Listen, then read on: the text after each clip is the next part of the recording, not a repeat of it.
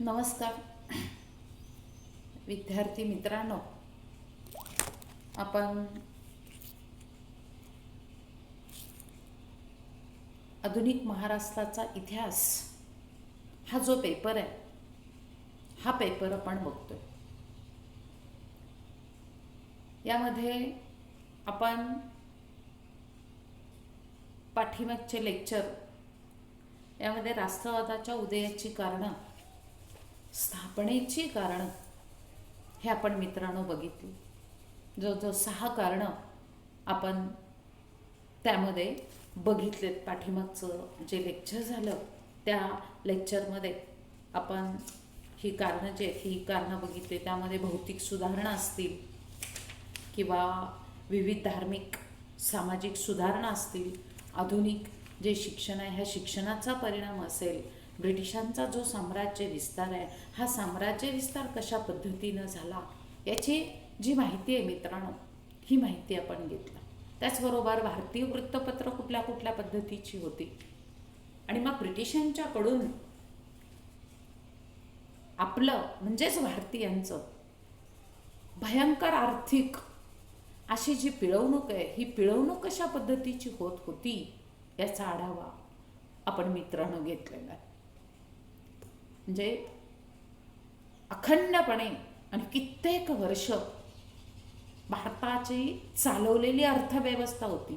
या अर्थव्यवस्थेमध्ये इंग्रजांनी पिळवणूक केलेली होती आणि पिळवणुकीतून जनतेमध्ये असंतोष वाढत गेला आणि हा असंतोष राष्ट्रवादाच्या उदयाला आणि विकासाला पूरक ठरलेला आपल्याला दिसतो.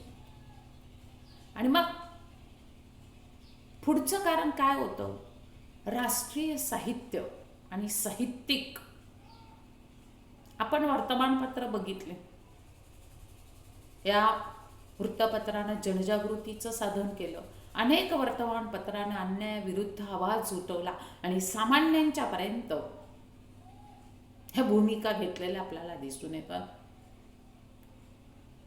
शासनाचं नियम, त्याचे निर्णय, अन्यायी धोरण हे सगळं सामान्यापर्यंत पोहोचवण्याचं काम वर्तमानपत्रानं केलं. म्हणजे वृत्तपत्राप्रमाणेच 19व्या शतकामध्ये अनेक साहित्यिक आणि या अनेक साहित्यिकांनी आपल्या लिखाणातून जनजागृतीचं कार्य केलं. त्यांचं लिखाण जर आपण बघितलं तर हे लिखाण प्रत्येक भारतीयाला प्रेरणा देणारं लिखाण, प्रत्येक भारतीयाच्या मनामध्ये एक प्रेरणा निर्माण, चैतन्य निर्माण करणारं लिखाण असलेलं आपल्याला दिसतं. राष्ट्रीय साहित्य म्हणून ह्यांचं हे साहित्य ठरलेलं आपल्याला दिसतं. मराठीमध्ये लोकहितवादी विष्णुशास्त्री चिपळूणकर, परांजपे, बंगालमध्ये बंकिमचंद्र चटर्जी, मायकेल मधुसूदन दत्त, दीनबंधू मित्र, नवीनचंद्र सेन, रवींद्रनाथ टागोर, हिंदीमध्ये भारतेंदू हरिश्चंद्र, तामिळमध्ये सुब्रमण्यम भारती, हे सगळे लेखक जे होते, या सगळ्या लेखकांनी आपापली मातृभाषा, प्रत्येकाला स्वतःची मातृभाषा प्रिय असते आणि या सगळ्यांनी आपल्या मातृभाषेमध्ये ती लोकप्रिय आणि प्रागतिक ही मातृभाषा बनवलेली आपल्याला दिसते. मातृभाषेविषयीचा त्यांचा जो अभिमान होता, हा त्यांचा अभिमान राष्ट्रवादाला प्रेरक ठरला, राष्ट्रवादाला उपयुक्त ठरला. त्याचं एक अत्यंत उत्तम आणि तेजस्वी उदाहरण म्हणजे बंकिमचंद्र चटर्जी यांची आनंदमठ नावाची जी कादंबरी आहे, ही कादंबरी आणि त्यातलं वंदे मातरम हे गीत अगदी काश्मीर पासून कन्याकुमारीपर्यंत संपूर्ण स्वातंत्र्य सेनानींचं हे घोषगीत ठरलेलं आपल्याला दिसतं.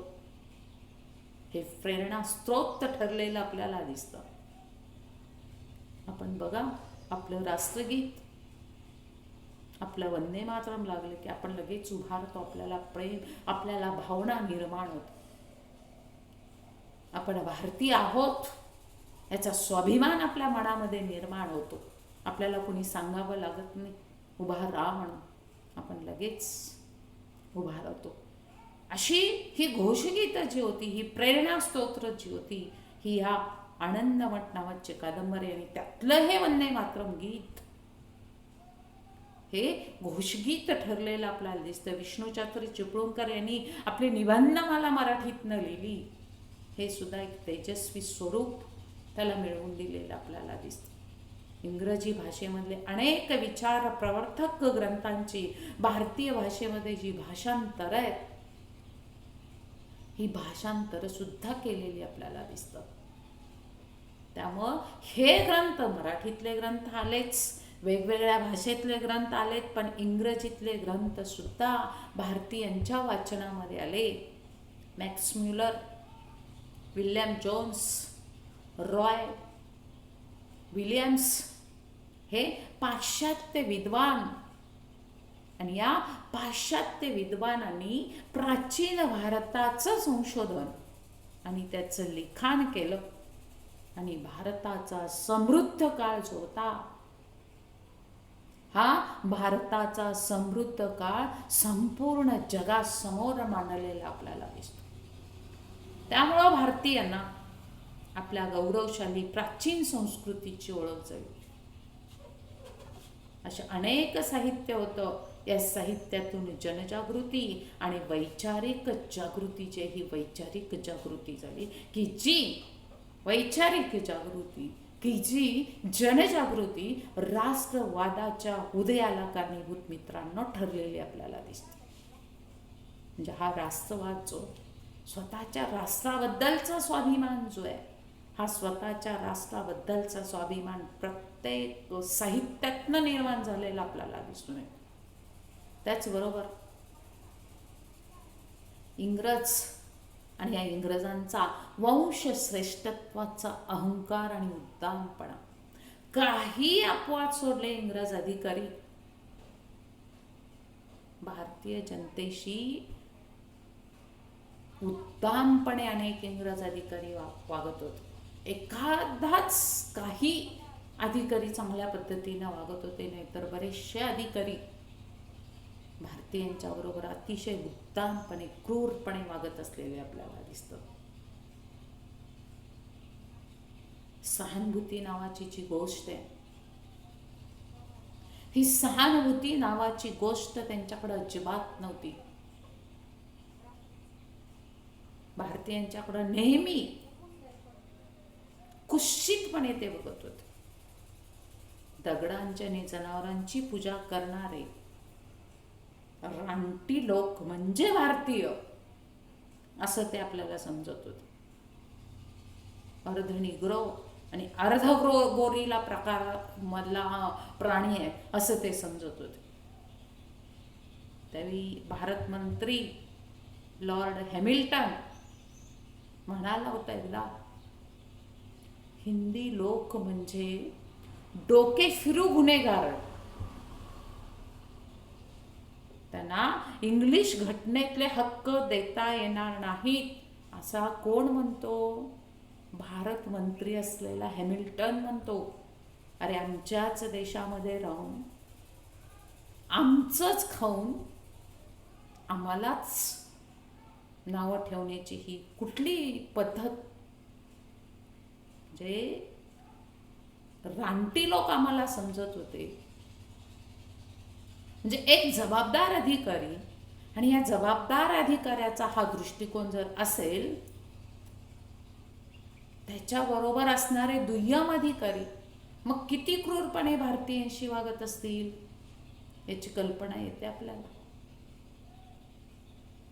इंग्रजांच्याकडून भारतीयांच्यावर केल्या जाणाऱ्या अन्यायाविरुद्ध दाद कधी मिळत नसे. इंग्रज वृत्तपत्र जर बघितली तर नेहमी त्यांचीच बाजू घेत होते. आता ते त्यांचीच वृत्तपत्र होती, त्यामुळे त्यांचीच बाजू घेत होते. आणि हे वरिष्ठ अधिकारी काय करायचे? वरिष्ठ अधिकारी नेहमी त्यांना पाठीशी घालत होते. प्रसंगी किरकोळ शिक्षा पण ते करत होते. गोऱ्या लोकांच्या विरुद्धचा खटला फक्त गोऱ्या न्यायाधीशासमोर चालायचा. आणि याचा अर्थ सरळ होता. साहजिकच हे जे गोरे न्यायाधीश असायचे, हे गोरे न्यायाधीश आपल्या जातभाईंना काय शिक्षा देणार?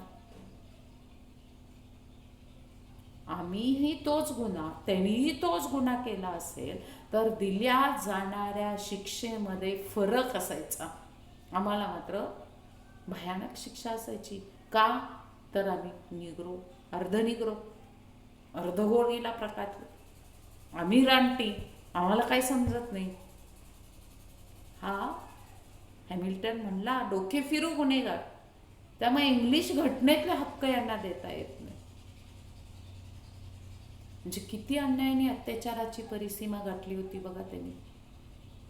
वंशश्रेष्ठत्वाचा अहंकार होता. मग नोकरी असेल, प्रवासाची साधनं असतील, इथं सरळ सरळ पक्षपाती धोरण. रेल्वेच्या वरच्या वर्गातनं प्रवास फक्त गोरेच लोक करायची. माहिती आहे महात्मा गांधींचं उदाहरण तुम्हाला. त्यांची मक्तेदारी त्यामध्ये होती. भारतीयांना प्रवेश नव्हता. वरच्या वर्गातल्या डब्यातनं प्रवेश करणं भारतीयांना निषिद्ध होतं. दक्षिण आफ्रिकेमध्ये सत्ता असणाऱ्या गोऱ्यांच्या वंशश्रेष्ठत्वामुळं बॅरिस्टर महात्मा गांधी यांना देखील भारतीय आहेत म्हणून रेल्वेतनं खाली ढकलून दिलेलं होतं. अनेक गोरे, या गोऱ्यांच्या क्लबचे जे प्रवेशद्वार असायचं, या प्रवेशद्वारावर Indians and dogs not allowed आहे, नॉट अलाउड, अशा पाट्या सरळ सरळ लावलेल्या असायच्या. म्हणजे कितीही वंशश्रेष्ठत्वाचा अहंकार होता बघा. उद्दामपणे वागत होते. त्यामुळे सुशिक्षित हिंदी लोक, या सुशिक्षित हिंदी लोकांच्या मनामध्ये आपल्यावर होणारा अन्याय, जी गुलामगिरी, या गुलामगिरी विरुद्ध चीड निर्माण झाली. जी शिकलेली लोक होती, जी सुशिक्षित होती, ज्यांना भलं काय बुरं काय कळत होतं, त्यांच्या मनामध्ये एक प्रकारची चीड निर्माण झालेली दिसते. आणि या वेदनेतनं एकत्र आले सगळे. आणि या वेदनेतनं एकत्र येऊन आता आपल्याला संघटना उभी केली पाहिजे अशी भूमिका त्यांनी घेतली. आणि राष्ट्रवादाचा उदय झालेला आपल्याला दिसतो. त्याच्यानंतर क्रांतिकारकांचं कार्य कसं होतं बघा. आपण आता परकीय सत्ता बघतोय. ब्रिटिश सत्तेविरुद्ध सुरुवातीपासूनच जर आपण बघितलं तर वेगवेगळे उठाव झालेले होते. या सगळ्या उठावांच्या मागं राष्ट्रीय वृत्ती नसलेला पण अन्यायाविरुद्ध लढण्याची भारतीयांच्या मधला क्रांतिकारक प्रवृत्ती त्यामागं निश्चितच होती. बंगालमधील संस्थान, मुंबई प्रांतातील रामोशी, भिल्ल, कोळी, मद्रासमधील पाळेगार, ओरिसामधले खोड, आसाममधले खसी यांचे उठाव प्रसिद्ध आहेत. मुंबई प्रांतातील वासुदेव बळवंत फडके यांचा उठाव तर राष्ट्रीय क्रांतिकारकाचा पहिला प्रयत्न होता. 1857चा उठाव तर माहिती आहे मला. 1857चा उठाव तर स्वातंत्र्यवीर सावरकरांसारख्या देशभक्ताला पहिलं स्वातंत्र्य युद्ध वाटत होतं. पण दुर्दैवानं हे जे उठाव आहेत, हे उठाव इंग्रजांनी मोडून काढले. जरी हे उठाव मोडून काढले, जरी मित्रांनो आपल्याला या उठावामध्ये अपयश आलं, तरी सुद्धा एक जाणीव सगळ्या भारतीयांच्या मध्ये झाली. यामध्ये कुठली जाणीव झाली आपल्या भारतीयांच्या मध्ये? हे परकीय आहेत. सुरुवातीला यांनी आपल्याला सुधारणा दिल्या, आपल्याला बरं झालं पेशव्यांचा काळ गेला, शांतता सुव्यवस्था निर्माण केली, व्यापारी म्हणून आले, राज्यकर्ते कधी बनले हेच कळलं नाही. आपण परकीयांच्या जोखडामध्ये अडकतोय याची जाणीवच झाली नाही. पण जरसे हे सुशिक्षित लोक जी होती, शिकलेली लोक जी होती, यांना मात्र हे लक्षात आलं, हे परकीय, या अन्याय अत्याचाराविरुद्ध आपण आवाज उठवला पाहिजे. आणि मग ही जी जुलमी ब्रिटिश राजवट जी होती, या ब्रिटिश जुलमी राजवटी विरुद्ध भारतीय जे होते, ह्या भारतीयांच्या मध्ये जो असंतोष होता, हा असंतोष अतिशय महत्त्वाचा असलेला आपल्याला दिसून येतो. कारण या असंतोषातूनच चीड व्यक्त होत होती. आणि मग त्यापासून भारतीय लोक जे होते, हे भारतीय लोक प्रेरणा घेत होते. भारतीय लोक प्रेरणा घेत होते. भारतीय लोक एक प्रकारचा जो बोध आहे, हा बोध घेत असलेले आपल्याला दिसतात. आणि मग इथूनच लोकांच्या मनामध्ये एक भावना निर्माण झाली की एखाद्या संघटनेची स्थापना झाली, राष्ट्रवादाचा हळूहळू उदय झाला. मग प्रत्येकाच्या मनामध्ये हा राष्ट्रवाद जो होता, हा राष्ट्रवाद निर्माण व्हायला जी भूमिका आहे, ही भूमिका प्रामुख्यानं मित्रांनो तयार झालेली आपल्याला दिसते. कारण आधुनिक कालखंडातली ही महत्त्वाची घटना आपण अजून कारणं बघणार. कारण हिंदी राष्ट्रवादाच्या उदयाला ह्या ब्रिटिशांचं साम्राज्यवादी धोरण अतिशय उपयुक्त ठरलेलं आपल्याला दिसतं. कारण आमच्याकडे अस्थिरता होती त्यावेळी, आणि या अस्थिरतेचा फायदा घेत घेत त्यांनी शस्त्र चालवलं आणि भारत देश जिंकला. आपण म्हणतो 1818ला मराठ्यांची सत्ता नष्ट झाली. दुसऱ्या बाजीरावनं तैनाती फौजेचा स्वीकार केला आणि आपलं जे राज्य होतं हे इंग्रजांच्या घशात घातलं. सुरुवातीला बरं वाटलं, त्यांची अर्थव्यवस्था, त्यांची न्यायव्यवस्था, त्यांनी राज्याचे नियम, शांतता, सुव्यवस्था निर्माण केली आणि हळूहळू आमची सत्ता नष्ट केली. आणि अगदी काश्मीरपासून कन्याकुमारीपर्यंत संपूर्ण हिंदुस्थान, आणि या संपूर्ण हिंदुस्थानवर एक छत्री अंमल जो होता, हा एक छत्री अंमल त्यांनी निर्माण केला. आता आपण जर बघितलं, हा राष्ट्रवाद ही आधुनिक काळातली घटना, ही काय अचानकपणे घडून आलेली नव्हती. कारण परंपरा आपण बघतोय, जुलमी राजवट ब्रिटिशांची होती.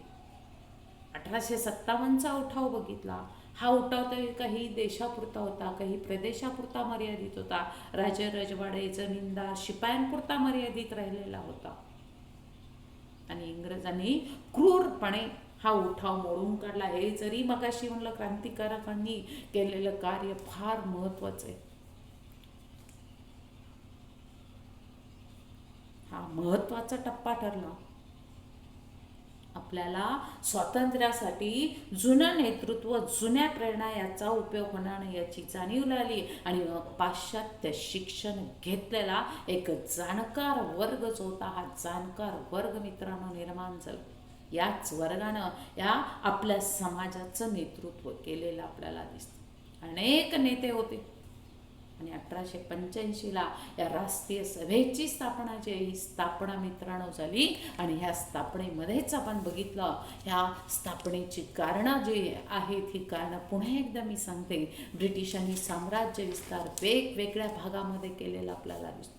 आणि त्यातूनच मग आमच्याकडं विविध धार्मिक आणि सामाजिक सुधारणा चळवळी झालेल्या आपल्याला दिसतात. थोर समाज सुधारक निर्माण झाले. आणि या थोर समाज सुधारक आणि सामाजिक सुधारणा चळवळीचा जो वसा आहे, हा वसा मित्रांनो घेतलेला आपल्याला दिसतो.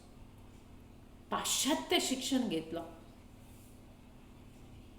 धर्म सुधारणा चळवळी जागवल्या, जनजागृती केली, राजकीय जागृती केलेली आपल्याला दिसतं. अनेक संघटना निर्माण झाल्या, अनेक समाज निर्माण झाले, सामाजिक सुधारणा निर्माण केल्या. आणि मग ज्यावेळी आपला युरोपियनांशी संबंध आला, इंग्रजांची सत्ता निर्माण झाली, त्यावेळी आपल्याला त्यांच्याकडूनच पाश्चात्य ज्ञान जे होतं, ह्या पाश्चात्य ज्ञानाची जाणीव झाली. आणि पाश्चात्य ज्ञान घेतलेले हे जे समाज सुधारक होते, या समाज सुधारकांना जाणीव झाली की आपला समाज सुधारला पाहिजे, आपला देश सुधारला पाहिजे. आणि आधुनिक शिक्षणाचा परिणाम झालेला आपल्याला दिसतो. एक बुद्धिजीवी वर्ग भारतामध्ये निर्माण झाला.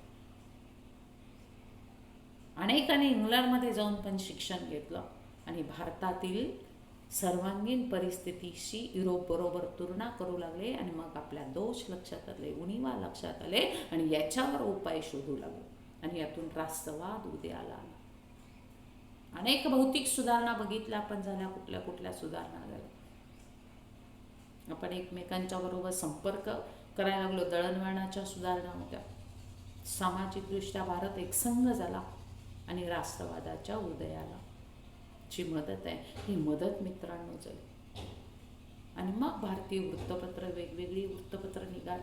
वृत्तपत्राने जनजागृतीचं साधन केलं. आणि मग हे ब्रिटिश परकीय आहेत आणि परकीयांच्या अन्याय आणि अत्याचाराला वाचा फोडली पाहिजे, याच्यासाठी ह्या वर्तमानपत्राने जनजागृतीचं कार्य केलं. यांची आर्थिक पिळवणूक कशा पद्धतीची होती हे बघितलं. मग साहित्यिक निर्माण झाले आणि स्वतःच्या साहित्यातून या ब्रिटिशांचे वाभाडे काढायला सुरुवात केली. यांचा वंश श्रेष्ठत्वाचा अहंकार तर पराकोटीला जाऊन पसलेला होता. उद्दामपणा, या उद्दामपणाला उत्तरसुद्धा क्रांतिकारकांनी दिलेला आपल्याला दिसतो. आणि मग अनेक उठाव जे आहेत मित्रांनो, हे अनेक उठाव प्रामुख्यानं निर्माण झालेले आपल्याला दिसतात. आणि त्याच्यानंतर आपण पुढची जी कारणं आहेत, ही पुढची कारणं पुढच्या लेक्चरला मित्रांनो बघणार आहे. धन्यवाद.